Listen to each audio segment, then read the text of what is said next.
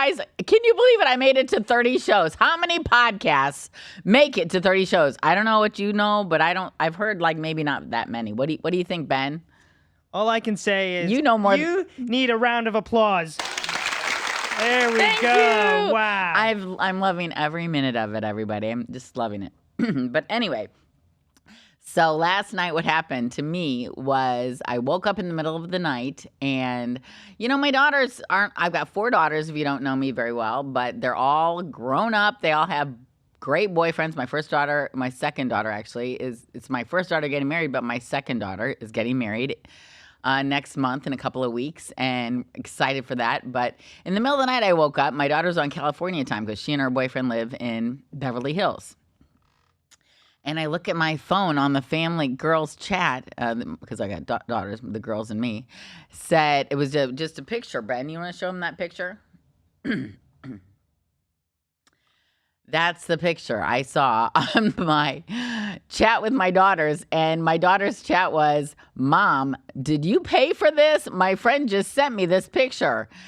And if you can see, it's the Being Tracy logo. It's got a little thing there. You can scan it and go sign up for my Being Tracy Facebook page, which is www.facebook.com/Being Tracy. Or you can go straight to my YouTube page, which is Being Tracy. But anyway, it turned out after a little communication back and forth, I found out that her boyfriend, Nick, had construed this because they're manifesting for me. But at first she went and told me, oh, Mom, yeah, it's on Fremont Street, right down the road. Like, it's right down there. We haven't seen it yet, but my friend saw it. And I'm like, they had me going for a while. I was like, well, I do have a new, I'm thinking I'm having investors and things like that. Maybe one of them did something like this. I don't know. But anyway, that was kind of a funny way to wake up in the middle of the night. And Ben, I'm sorry I woke you up when I texted you and showed you that picture too. I was like, is something wrong? And then I look and I'm like, oh, Tracy. I thought everybody. Billboard? And then I was like, is she on the billboard? And then I read the text and I was like, it's so late for this. I can't. I'll respond in the morning. It's like, doesn't everyone turn off their phone when they go to sleep at night? Or, I went to sleep, then I woke up, I always turn off my phone when I go to sleep or turn off the sound. I got to start putting on Do Not Disturb, I think. I think I got to put my hours from like 11 to 7 or something like that, Right. Well, okay, another thing, I want to go ahead and start right off with, how does it make you feel, Ben? How does it make you feel? Like, you and I can talk about this. People can post their thoughts underneath how it makes them feel. I don't know if I told you, Ben, but I've got a new cleaning man. Did I tell you that? No, I did not know of this. Yeah, so he's a young, really lean, attractive man, but he's very young. And so I went out the first day he was there, and he was cleaning my entertainment center, and I don't know, but I've just noticed, I think he gets very excited by his cleaning, Ben. You know what I mean? Like, when I go out there. No, I don't know what I mean. I don't know what you mean. Can you please elaborate on that? Can you imagine what I mean, Ben? Well, so I've always had a cleaning woman, not a cleaning man, but this particular day, this was a cleaning man, and honestly, he's a great cleaner.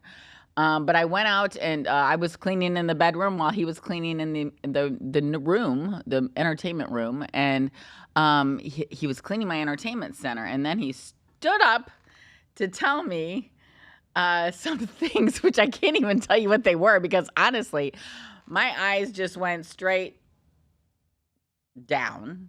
Because something was a little bit inflamed, it was like, I was like, is it, am I doing this? Is this something I'm wearing? Am I being too sexy? I was like, it's in my home, but I was like,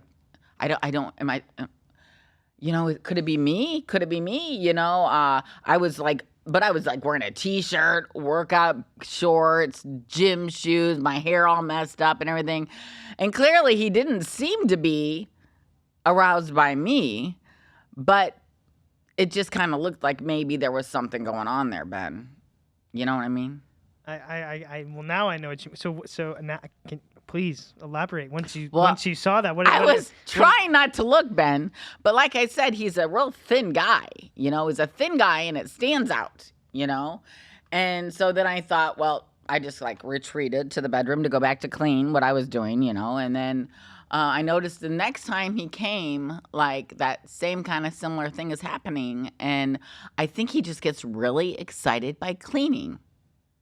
Interesting. I mean, yeah, that's. I mean, I'm not sure if it's the cleaning agents he's using. I mean, do you think that could be it? Could it be the like cleaning the smell, agents? The smells, like he's getting. Could it be something about the cleaning agents? I'm just like, Maybe you're just, you know. I mean, And maybe it's just you. then the question came about, like, when does your cleaning man come, Ben? When does your cleaning man come? Wait, are you saying that? There's a double entendre right there. Ben, I don't know. I was just wondering. You know, I mean, is it possible the cleaning man likes me? I mean, likes me, Ben. Do you think it's possible? Well, you're a very attractive, beautiful woman, so I think that's very possible for him to. Well, then I don't think that's it. I think it's the cleaning. I think he's excited about cleaning. The fact that he has a business and he's coming into the. I mean, is it his own business? Is it his own cleaning business? Yeah. And so he does his own personal, private, and does he do this with other? Do you know how He did does you other how did you people. hear of? I think he's new. I think he's new at cleaning. But he's amazing cleaner. So anyway, I just wanted to put that out there. And like, how would that make you feel, Ben? If that happened, if a woman, you know. Well, see, that's a totally different. I mean, as a guy, I mean, if I like a woman's cleaning your place. Okay, and what? Yeah. So and then how all of a sudden you notice. Yeah, like some arousal. See, it's harder for a guy to understand if a woman is aroused. I think that's a very valid point. Is a guy, you can see when a guy is, you can see it, hopefully. But when a woman is aroused, you could never. I don't know. I mean, if I'm being intimate with the woman, I can definitely know, but I wouldn't know if a woman was, Well, anyway, it made me feel a little bit uncomfortable that first moment, but then I just kind of thought maybe that's just the way it is. Maybe it's just like that. It's just a little bit bigger than usual all the time, Take it as a compliment, maybe. Well, I don't know. I really didn't think it was me that was arousing him, Ben. I think it's the cleaning. I think he was really excited about the cleaning. Anyway, okay. So another thing that happened to me over the week, Ben, is, it was a couple weeks ago. I went out with a man. Just we weren't set up even. It was a friend of a friend. And just someone I was supposed to meet. And they became very familiar with me. Like, everywhere we went, he'd put his arm around me or drape his arm around me or drape his body around me. Drape his body around me, Ben. How does that make you feel when that happens? Like, someone you don't know, and then you're out in public, and then they keep doing that or putting their arm around you and acting like they're like your person. How does that make you feel, Ben? Yeah, if we haven't progressed and we haven't done it, I would say that would not make me feel too comfortable. I don't know, maybe he's trying to, because you never established that you were anything. No, we just met because we've got a common friend. Is he a friendly guy? Was he seen? I honestly don't know him very well. I've not seen him since. I haven't. Yeah. So I would feel a little uncomfortable. That made me feel uncomfortable too. Yeah. Was he touching you when he put his arm around you? Was there any Yeah, he was touching me a lot. I was like draping his arm over me. Like, I was just like, too much. Yeah, I was gonna say you didn't I like left. it. Yeah, I you didn't actually like left. it. I was just like, thank you. I had a great time. Really nice to meet you, but that's it. I think you did the right thing on that. Okay, did I say this one before? When a guy on a dating app, the first thing he says to you is, we should cuddle later? How does that make you feel if a girl would say something like that to you? Oh, that is a nicer way to saying let's hook up. Let's have some. Yeah, that's what I think. You're not gonna actually just cuddle. I didn't think that was someone I wanted to even keep chatting with. Like imagine all the people he's saying that to or she's saying that to. Yeah. Like they don't know me from Adam. First chat, let's cuddle later. Like no. First, right off the bat, didn't even say hello. I think so. I think it was the first one. Yeah. And I was just like, some guys think that's a pickup line, which I don't. Well, it goes right along with the line, "Hey, sexy." Then like how special does that make you feel when that's their first answer or first, anything to you, and then they're saying it probably to everybody they're texting, right? Yeah. Cut, paste. I've done that. Cut, paste, cut, paste, cut, paste. Right? Yeah. You got something that I mean, maybe it's worked for him one time, and then now he's like, all right, every single time, let's do it. So. Okay, I got another one. All right, let's hear another one. So, am I the only one in Florida that gets nervous driving downstairs in parking garages? There's one right over here. In the corner of East Boca, here where we are in Boca Raton, Florida. People drive really fast in parking garages. But it's going down. I'm like going, how far down can we go? Because it's downstairs in a parking garage in Florida. Oh, I see what you're saying. Yes. Oh, that's a very... Doesn't that make you nervous, Ben? Yeah. Am I the only one?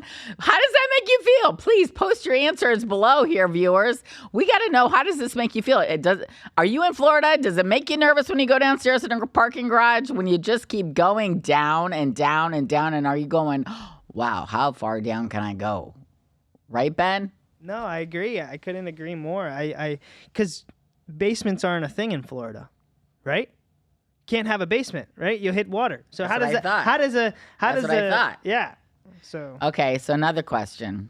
How does it make you feel when you're sitting there with another person at a restaurant and a third person comes to sit with you and starts the conversation with the second person at the table, never looking at you? Never looking at you. Whole conversation's going on now between you and this other person, or the other two people, and now they're not even looking at you. Like, I'm just thinking, like, to me, I want to hear what you say first. I think that's kind of rude. I think it's etiquette, right? I think it's upon you. You definitely just need to at least introduce yourself. If it's a story regarding something that you wouldn't understand, I get in the sense of like, but you always got to introduce hey, this is so and so. Hey, real quick, I got a story to tell you. Then you would know that it has nothing. Yeah. I mean, it wasn't even clear who this person was. Yeah. I just think it's etiquette. Etiquette, I agree. Anyway. All right, so here's another good one. So I was at a chiropractic conference. You may remember I went to Las Vegas recently for the American Chiropractor magazine. And one day we took out a very prominent advertiser, huge company with the American Chiropractor magazine and in chiropractic Standard Process. And we were sitting there with the owner of Standard Process and president, Charlie Dubois, and his family. I'll go ahead and say their name, give them a plug. But his kids were with us. He's got 4 adorable kids. I think at least 3 of them were with us. But the waiter comes over at Peter Luger's and it's taking our orders. And I say to Charlie next to me, I said, everybody's talking about what they're going to order. And I said, well, I was thinking I'd get a steak sandwich. And I said, I thought I'd get cheese on it. Now, I didn't know I guess that's a faux pas. I had no idea because Charlie said, that sounds like a great idea. Because when you look at the Peter Luger menu, there's all these ritzy things you can get. And then the lunch menu has you can get a filet, you can get this, but underneath it, it's and then you can get French fries with cheese and bacon and all this la on it. And so I was just kept looking at my sandwich and then skipping down to the bacon and cheese. And I was like, man, that sounds awesome. That sounds like an awesome thing. So the waiter comes over and I tell him my order and he scoffs at me. He's like, huh, I'm not going to put cheese on a steak sandwich.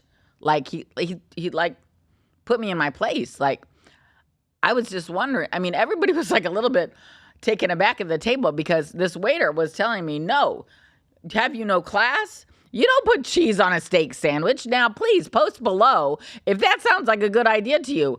Cheese on a steak sandwich, or do you just go no cheese?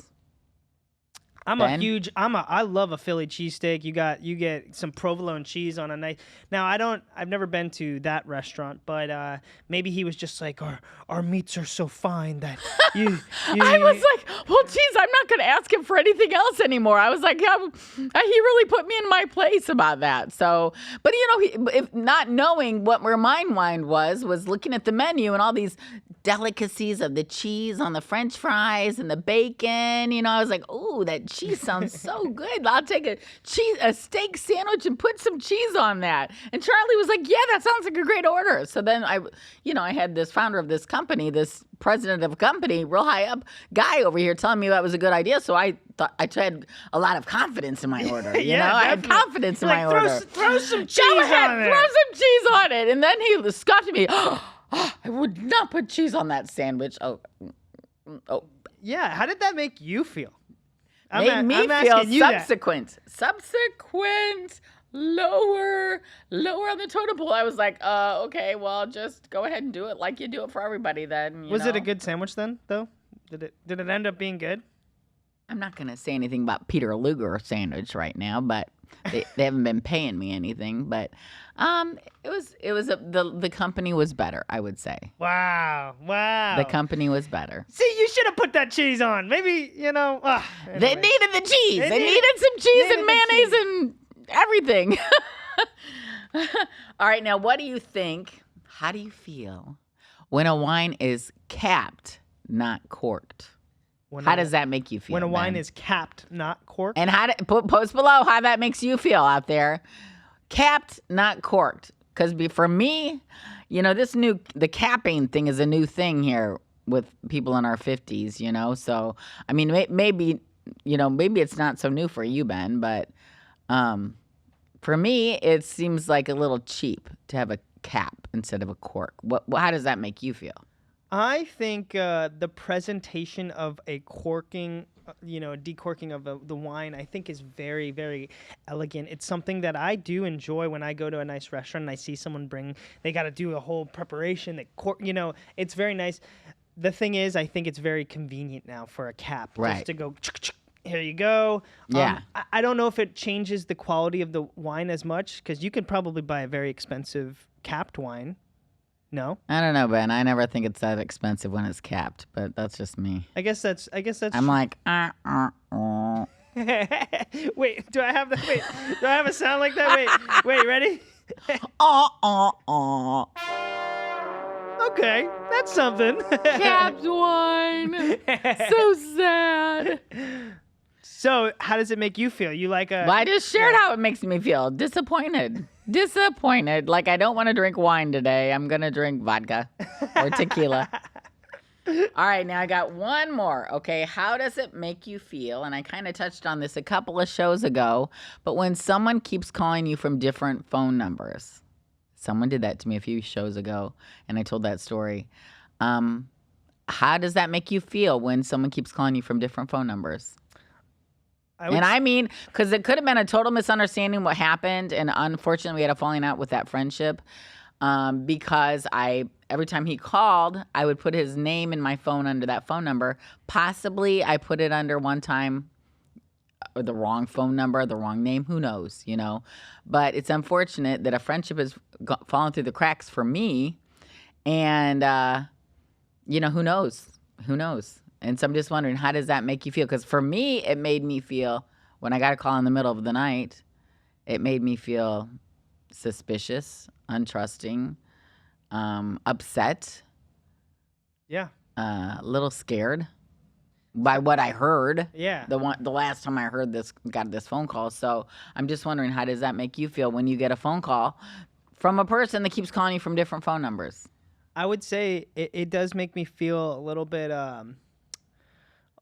I guess unsafe in the sense of, why is my number going around? Who's taking my number and giving it to other people without my consent? Oh, so is that what you're thinking? That they're giving my number to some other people? That could also be it, or well, it was always this person on the phone. Yeah, I was gonna say, but the fact that you saved these numbers was the same person. So, and I mean, there's so much. What is it called when there's so much high probability of me making a mistake, when the phone numbers keep coming in from different phone numbers, or when the calls keep coming in from different phone numbers, and you think you're documenting like 4 or 5 different phone numbers. And you're a realtor, so you probably get a bunch of different numbers too. So I do. I do. So it's a little scary, I think, at sometimes, but hopefully you won't have any more issues with that moving forward.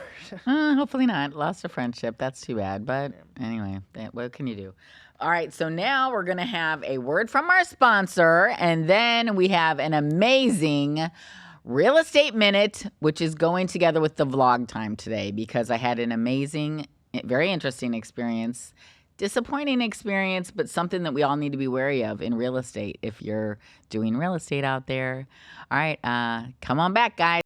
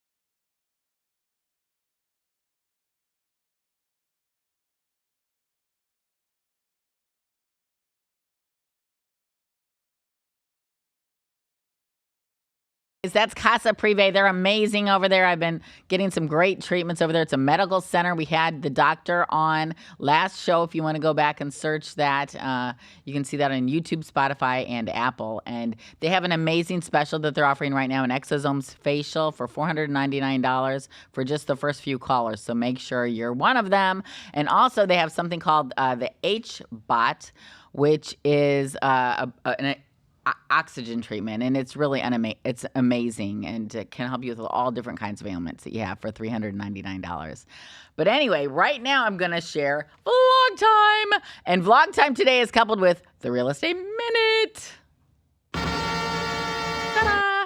Okay, so this real estate minute and vlog time started with a phone call I received a couple of weeks ago from someone who's in my contacts, who I'm going to call these people, because in my blog, so if you ever went to www.beingtracy.com, that's how blog time started, because I started sharing stories of things that happened to me. My kids, my family were like, you're sharing too much personal information on Facebook.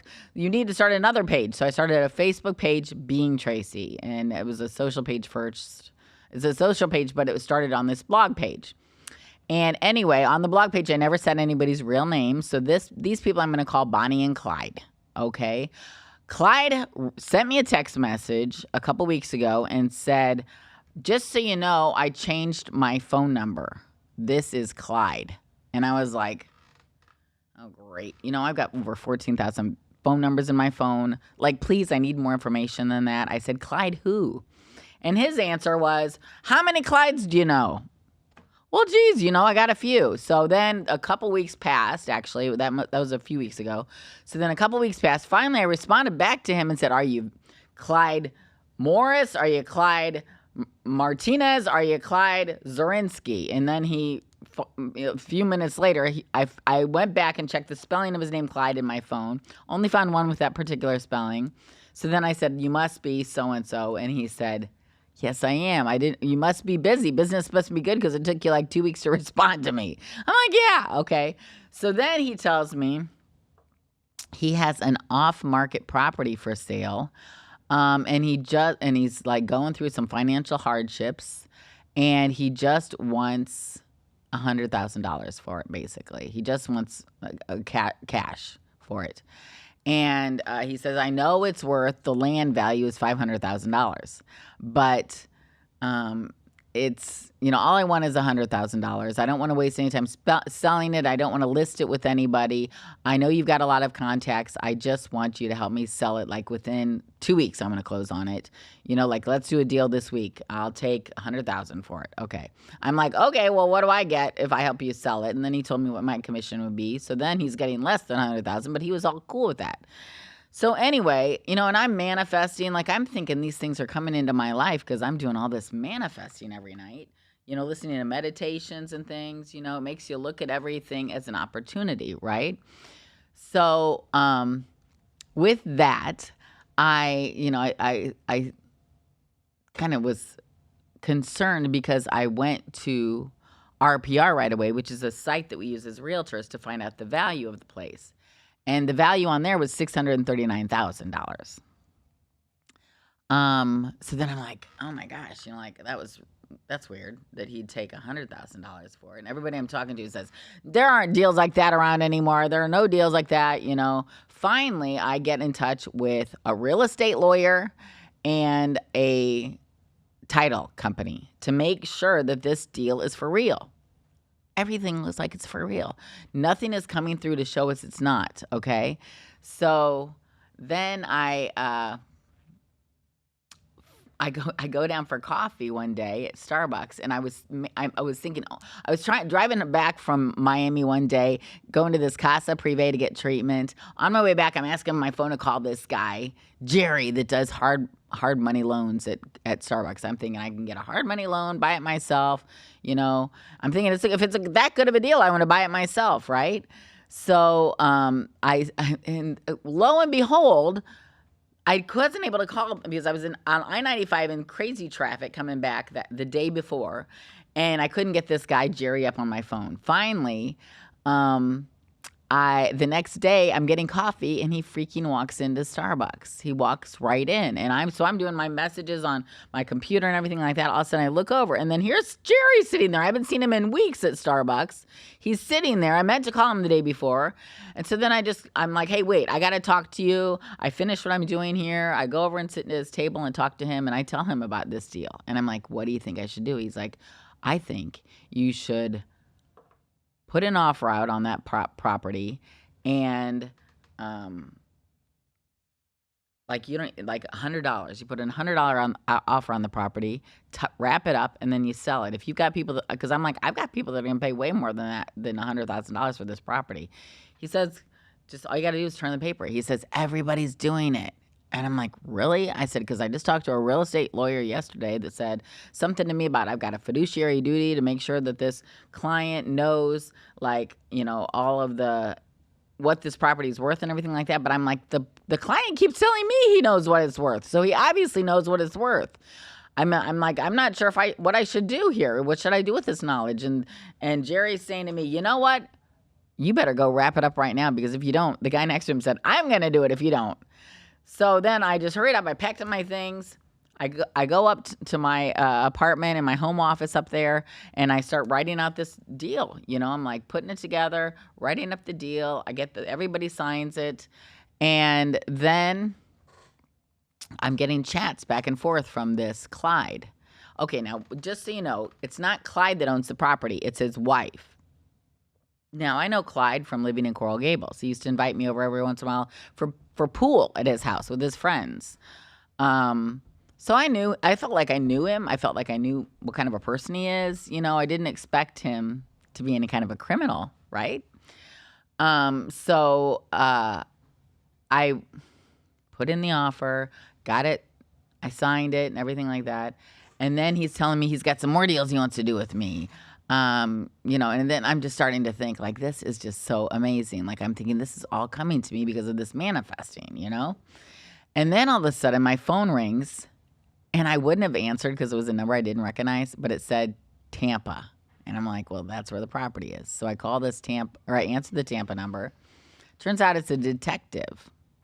And he tells me that the property is the owners of this property went and filed a quit claim deed on the property, took it into the courthouse, filed it. The policeman's telling me he has pictures of both the woman that owns it and her supposed husband, who's the one that is someone that I know, has pictures of them. And he said, I only know the woman because she's done this before, and we went and found her getting mail out at one of the properties where she was at.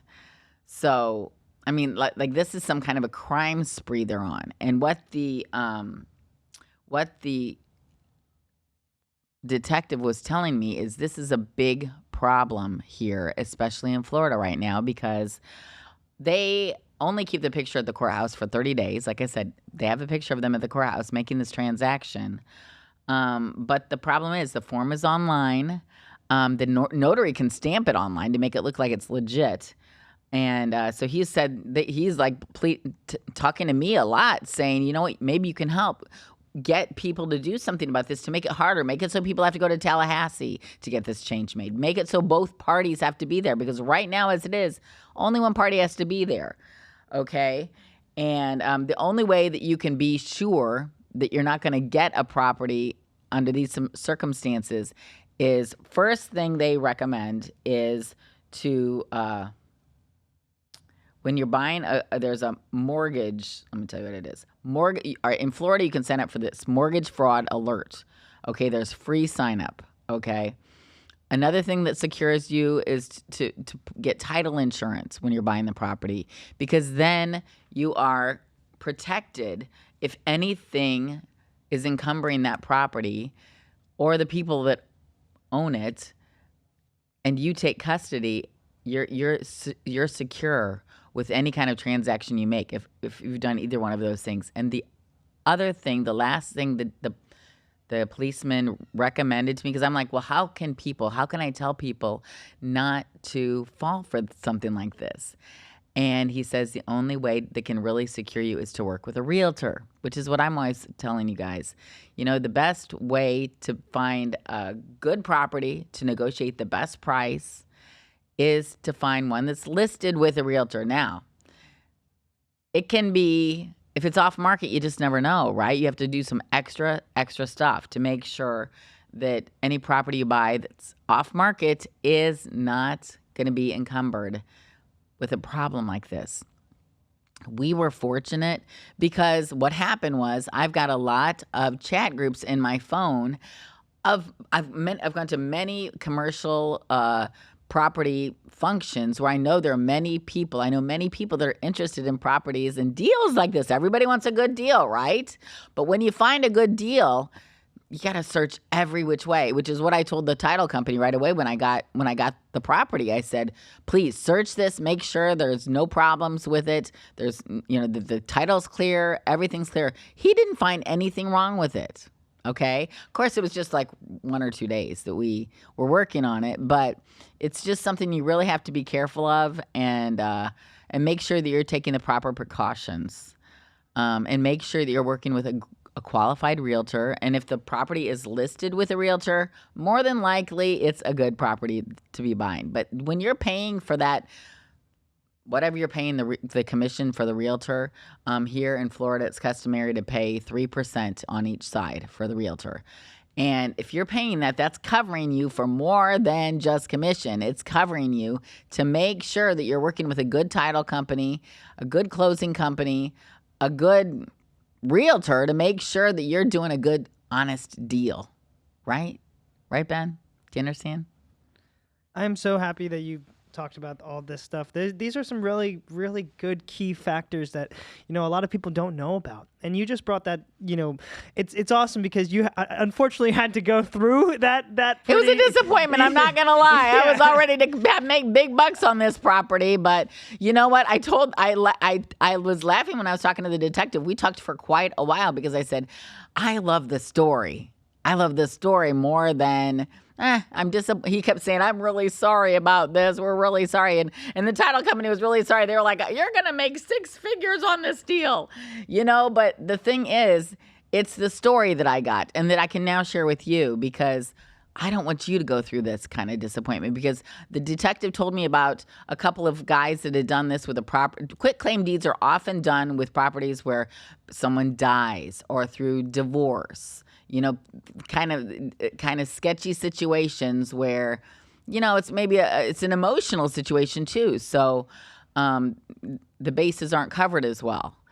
But it's really important to, check all the dots and check all the boxes and make sure that everything is clear when you buy it, because the policeman told me about 2 men that did it, who now is one is in jail for 5 years, the other one's in jail for 10 years, and that was because they did a quick claim deal on a person that looked like they died. A person died, and then they took over. And a lot of times it doesn't happen that you actually find out what the property is or whose property it is until transactions later because like this is such a good deal. He's going to let it go for $100,000. I was ready to buy it and I would have sold it to someone else and then they would have sold it for a good deal too. So it transpires three or four times a lot of times before anybody's even the wiser that there was something crazy going on. And the detective fortunately knew that I had nothing. I had no malice in it at all. I was just happy to know the story and to be able to share it with you and share with you what you can do to be careful is always going to be to work with a great realtor. An educated realtor, can help you out in all forms. And if you have a realtor, work with your realtor. If you don't have a realtor, I am with Keller Williams, and I've got some great partners that I've worked with all over the world. And I can refer you. Just reach out to me, put your message down below, and I'll reach out to you. And we can, find you a good realtor, find you a great property with no encumbrances, and it's clean and clear and is a good deal. Sound good? So my quick question to you, Tracy, is what happened to Clyde? Have you spoke to Clyde? I haven't spoken with him, and actually, I asked the detective if I should advertise it or anything like that, and he said it would be better if I didn't because he wants to catch him. And I didn't say advertise it. I said, can I reach out to Clyde and tell him that I found out about him? And he said, no, it'd be better if you just let me catch him first. So Clyde did message me yesterday, and here's what happened. His wife, if it's his wife, I don't know, who knows at this point, right? Got a company in her name. And so then when she had the quick claim deals put the company as owner of this property and of other properties that they've been attempting to buy. So it's a whole. They thought this out, basically. Yeah. This is not their first rodeo, I would say. No, they know what they're doing, and so it's really unfortunate. But we can all be grateful that something like this happened to me, and that I'm so grateful to God that they found out and someone notified me before it went any further, because this could have been a lot worse for a lot of people. So anyway, please don't forget to, like this video. If you're still watching, you must like it. And please, put a comment down below. Let me know what you think of this. Have you ever worked with anybody on a quick claim deal? How would you answer the questions I asked how does that make you feel, And are you manifesting? And if so, what are you manifesting? We want to help you. We want to get in. We want to be praying for you too. Anyway, thanks a lot, guys. I had a great time talking with you and sharing with you today. Ben, do you have any more to share? No, I thought it was a great episode. Thanks. Great episode. Thanks, guys. Well, it's number 30. I don't know if I shared that number 30. I'm going to do this until I can work on my arms a little bit more so that I can wave them in the air. Wave them in the air again so that you don't see anything else shaking, just my hands.